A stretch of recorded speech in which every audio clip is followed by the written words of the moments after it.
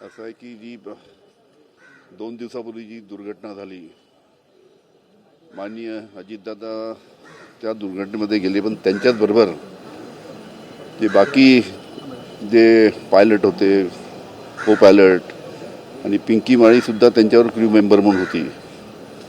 तिचंसुद्धा दुःखद निधन झालं.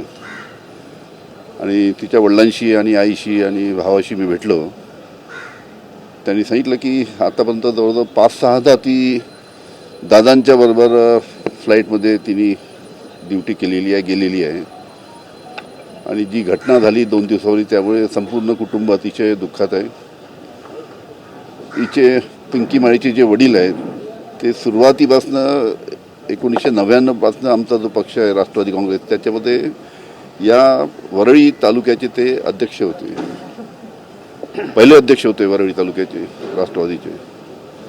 आणि त्यांच्या कुटुंबावर हा जो कठीण प्रसंग आला आहे त्याबद्दल मी सांत्वन देण्यासाठी, त्यांना भेटण्यासाठी, त्यांना धीर देण्यासाठी आलो.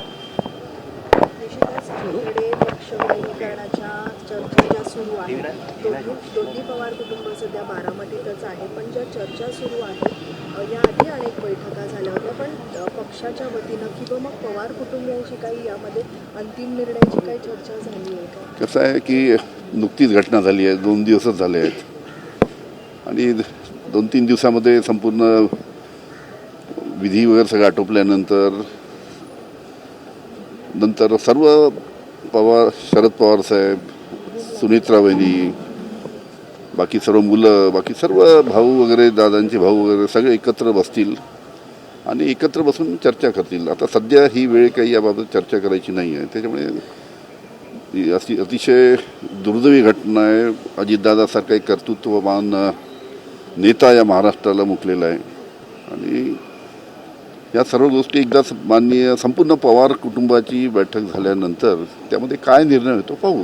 पण त्याआधीच जे राष्ट्रवादीचे प्रमुख नेते आहेत, पहिल्याच वेळेतले भुजबळ असतील, सुनील तटकरे असतील, प्रफुल्ल पटेल, धनंजय मुंडे, हे सगळेच जाऊन देवेंद्र फडणवीस यांना भेटतात, काही प्रस्ताव ठेवला असं कळतंय. पण मात्र काल जी चर्चा सुरू होती की बारामतीत वहिनींशी बोलणं झालं आणि त्यानंतर हा प्रस्ताव देण्यात आलेला, पण तसं काही नसतानाही उपमुख्यमंत्री पदासाठी वहिनींना बनवण्यासाठी आग्रह धरला जात आहे. अनेक नेत्यांकडून देखील आता तसं सांगण्यात येत संपूर्ण पक्षाच्या वतीनं आग्रह धरला जातो. कसं आहे, म्हणून म्हटलं की पवार जो संपूर्ण परिवार आहे त्या संपूर्ण परिवाराची बैठक होईल, चर्चा होईल आणि निर्णय होईल. जो काही निर्णय होईल त्यामध्ये सर्वांचा त्याला पाठिंबा राहील, आमच्या पक्षाचाही पाठिंबा राहील, बाकी जो अजितदादाचा पक्ष होता राष्ट्रवादी त्यांचाही पाठिंबा राहील. कारण की सुरुवातीपासनं दोन्ही पक्ष एकत्र आले पाहिजे अशी भावना अजितदादाची होती.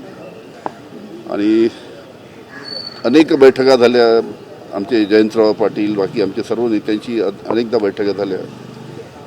आणि त्या बैठकीमध्ये ठरलं होतं की महानगरपालिकेची निवडणूक झाल्यानंतर आपण एकत्रीकरणाचा निर्णय जाहीर करू. पण त्याच्यानंतर परत जिल्हा परिषदच्या निवडणुका लागल्या, त्याच्यामुळे अजून थोडं पुढे ढकललं गेलं. त्याच्यामुळे अजितदादाची जी अंतिम इच्छा होती की दोन्ही पक्ष एकत्र आले पाहिजे, त्या दृष्टीनं दोन्ही पक्ष पावलं उचलतील असं दिसतं.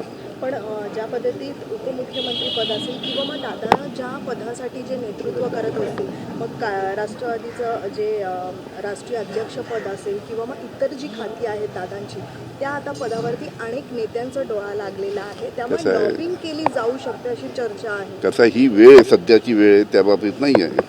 पण उद्या जर समजा सर्व पवार कुटुंबाने ठरवलं की सुनित्रा वहिनीला उपमुख्यमंत्री करायचं, तर त्याच्यामध्ये आनंदाची गोष्ट आहे, सगळं स्वागत करतील त्याचं. सर, राष्ट्रवादी अनेक नेत्यांचं असं म्हणणं आहे, सिनियर नेते सगळे भुजबळ असेल, अनेक नेते म्हणले का वहिनीला पवारांनाच उपमुख्यमंत्री असं आहे. म्हणून म्हटलं की त्या पूर्ण पवार परिवाराची एकदा बैठक झाल्यानंतर जो काही निर्णय होईल त्या निर्णयामध्ये ठरलं की सुनित्रा वहिनीनं करायचं, आनंदाची गोष्ट आहे. त्याच्यामध्ये राष्ट्रवादी दोन्ही गटामध्ये एक हलचल आहे, एक वेगवेगळे विचार येत आहेत का? नाही म्हणतं का एकत्र आलं पाहिजे, काही गटांचा विचार असे का? ठीक आहे, बहुतेक जी मंडळी आहे सर्वांचं मत आहे की एकत्र दोन्ही पक्ष, अजितदादांची जी इच्छा होती ती पूर्ण झाली पाहिजे.